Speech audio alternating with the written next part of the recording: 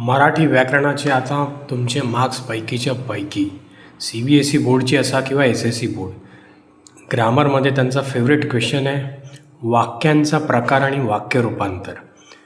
वाक्यांचे प्रकार बघा. आपण सुरुवातीला वाक्याचे प्रकार कोणते कोणते आहेत.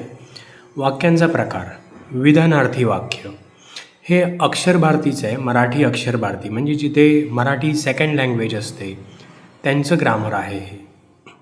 वाक्यांचा प्रकार विधानार्थी वाक्य, इंग्लिशमध्ये ज्याला ॲसरेटिव्ह किंवा सिम्पल सेंटेन्स म्हणतात. असं विधान प्लेन स्टेटमेंट केलेलं असतं, फुल स्टॉपवालं. उदाहरणार्थ माझे घर दवाखान्याजवळ आहे, फुल स्टॉप, पूर्णविराम. तो रोज व्यायाम करत नाही, फुल स्टॉप. विधानार्थी वाक्य असतं. होकारार्थी पण असू शकतं किंवा नकारार्थी पण असू शकतं, दोन्ही प्रकारचे, पॉझिटिव्ह निगेटिव्ह दोन्ही असतं विधानार्थी. प्रश्नार्थी वाक्य, प्रश्नार्थी म्हणजे क्वेश्चन मार्क. कसं ओळखायचं जर त्यांनी विचारलं की वाक्याचा प्रकार ओळखा, तर प्रश्नार्थी वाक्य म्हणजे एंडिंगला क्वेश्चन मार्क असणार, इथे फुल स्टॉप असणार.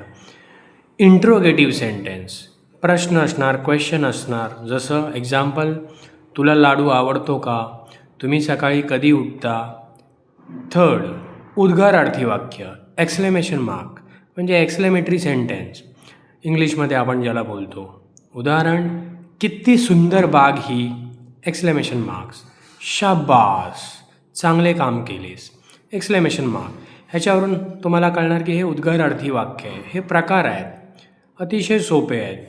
चौथं, नेक्स्ट आहे शेवटचा आज्ञार्थी वाक्य म्हणजे इम्परेटिव्ह सेंटेन्स. आज्ञा असणार, आदेश असणार, ऑर्डर असते इथे. उदाहरणार्थ, मुलांनो रांगेत चला, उत्तम आरोग्यासाठी व्यायाम करा, हे करा, ते करा. अशा प्रकारचे हे सेंटेन्स असतात. ह्याच्यामध्ये नकारार्थी म्हणजे निगेटिव्ह आणि होकारार्थी म्हणजे ॲफर्मेटिव्ह ह्यांचं वाक्य रूपांतर कसं केलं जातं हे आता आपण बघूया. येस मंडळी, वाक्याचे रूपांतर करताना वाक्याच्या अर्थात अजिबात बदल करू नये.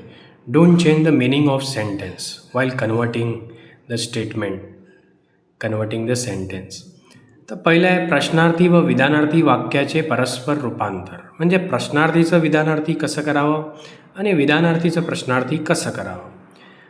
एक्झाम्पल, प्रश्न होकारार्थी असेल तर विधानार्थी वाक्य नकारार्थी करावं. जसं एक्झाम्पल आहे या टाईपचं, जगात सर्व सुखी असा कोण आहे. हे प्रश्नार्थक वाक्य आहे. याचं विधानार्थी करा म्हणतायत. वाक्याचा प्रकार ओळखायचा आहे म्हणजे वाक्याचा प्रकार बदलायचा आहे. तर तुम्ही विधानार्थी असं करणार, जगात सर्व सुखी असा कोणी नाही, फुल स्टॉप. म्हणजे तुम्ही इथे नकारार्थीमध्ये केलं रूपांतर आणि मग ते विधानार्थी झालं आहे. दुसरं उदाहरण बघूया. जर प्रश्न क्वेश्चन नकारार्थी असेल तर विधानार्थी वाक्य होकारार्थी करावे. उदाहरणार्थ, अपमान केल्यास कुणाला राग येत नाही, प्रश्नचिन्ह. ऑफकोर्स प्रश्नचिन्ह आहे म्हणजे हे इंट्रोगेटिव्ह आहे, प्रश्नार्थी वाक्य आहे. हे नाही आहे वाक्यामध्ये म्हणजे नकारार्थी पण आहे. तर ह्याचं कन्वर्ट करायचं आहे तुम्हाला, ह्याचं कन्वर्ट करायचं आहे होकारार्थीमध्ये. तर कसं कन्वर्ट होतं आहे बघा.